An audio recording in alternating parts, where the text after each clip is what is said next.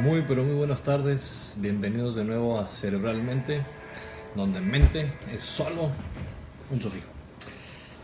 Voy a seguir con estas cápsulas. La siguiente, dijimos que hoy iba a ser trastornos del aprendizaje. Veníamos en este mes hablando de trastornos del neurodesarrollo, trastornos que afectan a la manera en que el cerebro se va desarrollando, organizando, conectando, y que justo nos va dando toda esa increíble capacidades de hacer todo lo que hacemos, sentimos, pensamos e imaginamos. Digo esto porque voy a recordar en un minuto el por qué estoy haciendo esto, el por qué comenzamos con las cápsulas.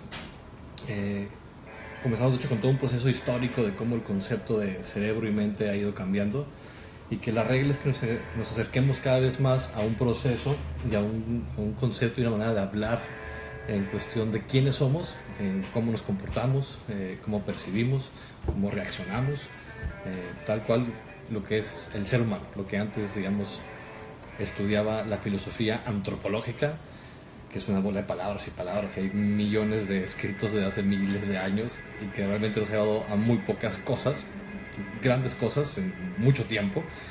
Y lo que buscamos con este nuevo concepto de todo lo que somos en cuestión de habilidades de pensamiento, de sentimientos, de movimiento, de percepción, son cerebrales, es decir, no son mentales, no es la psique, son espíritus, no son humores, ni son ¿qué más podemos decir?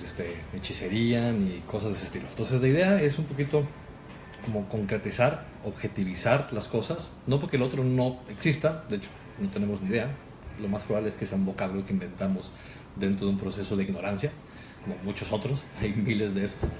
Y lo que vamos a hablar hoy es justo los trastornos del desarrollo, que son muy específicos.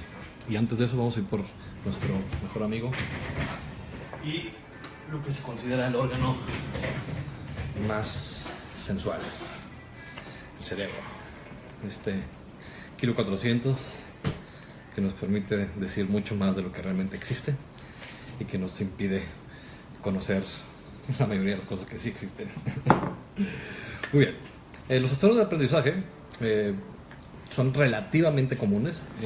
Más o menos el porcentaje de niños que tienen alguna deficiencia en aprender matemáticas o lectoescritura, discalculia o dislexia, así como dos términos muy generales y muy grandotes, que no vamos a enfocarnos a cómo subclasificamos y cosas de eso. Evidentemente hay severidades, como en todo. El diagnóstico per se nos dice muy poco. Hay personas que pueden vivir a los 90 años con diabetes, y hay otros que se mueren a los 60 ciegos y amputados. Entonces el diagnóstico, acuérdense que es algo muy absoluto, y hay una variedad como tal de severidad muy amplia. Entonces vamos a enfocarnos especialmente en nuestro hemisferio izquierdo, que es el que está mayor y principalmente involucrado en procesos lingüísticos.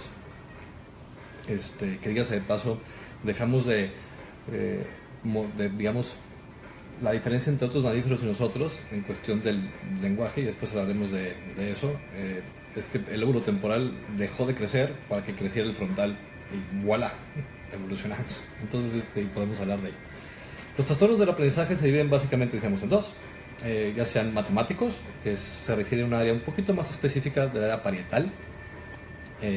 Evidentemente va a incluir el área occipital, que es la visual, el área temporal, primaria auditiva, para captar información, y después también un proceso prefrontal en cuestión de lógica, de planeación, de organización de esos símbolos que significan algo, que podemos realmente, es un lenguaje más. Las matemáticas son un lenguaje más, y en muchas maneras se comporta muy similar al circuito como tal que tenemos del lenguaje.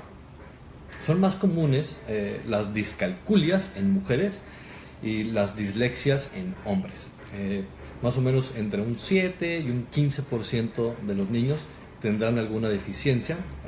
Desgraciadamente el 70% de ellos van a seguir con esa deficiencia toda su vida, independientemente de todas las terapias que queramos hacer y medicamentos y lo que sea. Es decir, es un proceso relativamente difícil de modificar, por lo menos de manera completa. Podemos parcialmente mejorar, y que esa es la idea, que sea lo más leve posible para que no le afecte a la persona. Y afortunadamente hoy en día, como todo es digital, ya hay muchas herramientas que nos permiten que ese proceso sea mucho más fácil. Es decir, si no sabes leer o lees muy lento, ya hay maneras en que te puede ayudar la tecnología para soportar y equilibrar esa deficiencia que tienes. Entonces, hay dos maneras de clasificarlas, ya sean que son específicas, es decir, que solamente es un problema de lectoescritura, o solamente es un proceso de discalculia o matemáticas, o es mixto o universal.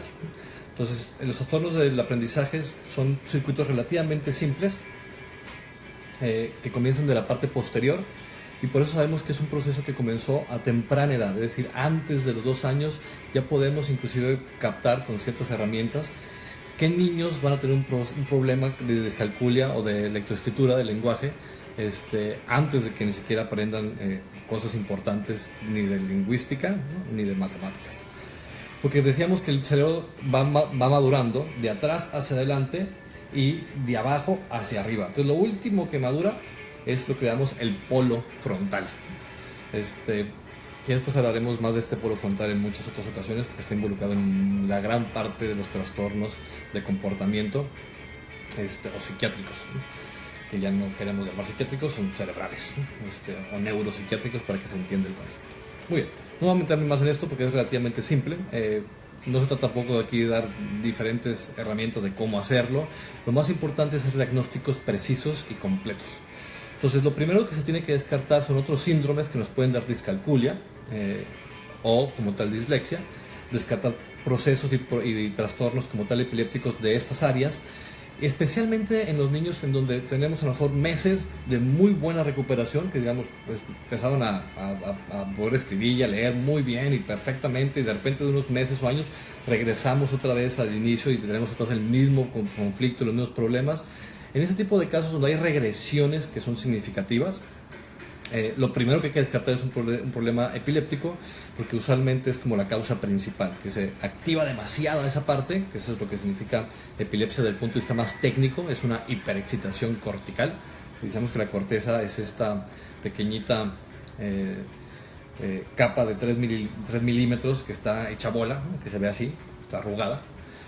Cuando está muy excitada, que rompe el equilibrio inhibitorio excitatorio, se forman esos pequeños parches o pequeños focos hiperexcitados, ¿no?, epilépticos. Y eso produce un daño que puede ser desde muy severo hasta muy grave, y ese daño lo que hace es que perdemos conexiones y perdemos información. Es decir, la información está en esa conectividad y ese flujo de información interneuronal. Entonces, estos pequeños circuitos, que es relativamente simple en los trastornos del aprendizaje, tienden a mejorar con edad, pero raramente los quitamos por completo. Afortunadamente son benignos, es decir, suelen no avanzar, a efecto que hay un proceso epiléptico muy severo, y si es así va a afectar a otras cosas, no solamente eso. De ahí más son cosas benignas, son cosas que podemos apoyarnos con diferentes tipos de terapistas. Hay muy pocos medicamentos que realmente sean eficaces y específicos para eso, y nada más. Esta a lo mejor fue un poco más aburrida que la pasada, pero bueno, hay temas interesantes y temas no tan interesantes.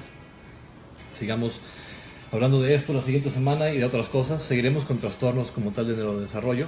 Si tienen alguna como tal sugerencia de temas, adelante. Todas las dudas que necesiten hacer, estamos intentando responder todo a través de la página. Y siguen escuchando buena música. Hasta la próxima.